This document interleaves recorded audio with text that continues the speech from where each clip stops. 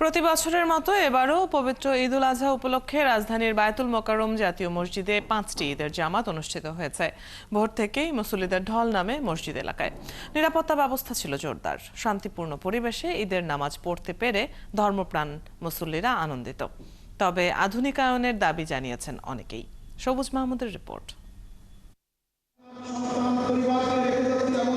ত্যাগের মহিমায় মহিমান্বিত পবিত্র ঈদুল আজহার নামাজে অংশ নিতে ভোর থেকেই বাইতুল মোকাররম জাতীয় মসজিদে আসেন মুসল্লিরা।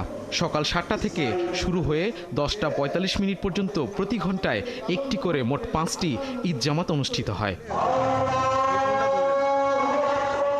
5টি ভিন্ন সময়ে জামাত অনুষ্ঠিত হওয়ায় সুবিধাজনক সময়ে নামাজ আদায় করতে পেরে খুশি ধর্মপ্রাণ মুসল্লিরা। প্রতিটি জামাত থেকেই দেশের শান্তি ও মুসলিম উম্মার জন্য দোয়া করা হয়।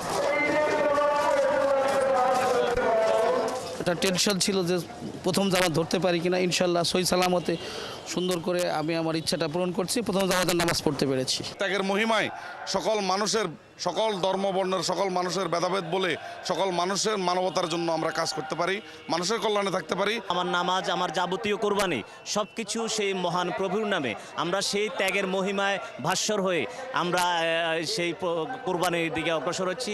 তবে অনেকেই জাতীয় মসজিদ চত্বরের পরিবেশ পরিচ্ছন্ন রাখা সহ মসজিদ প্রাঙ্গণ আধুনিকায়নের তাগিদ দেন।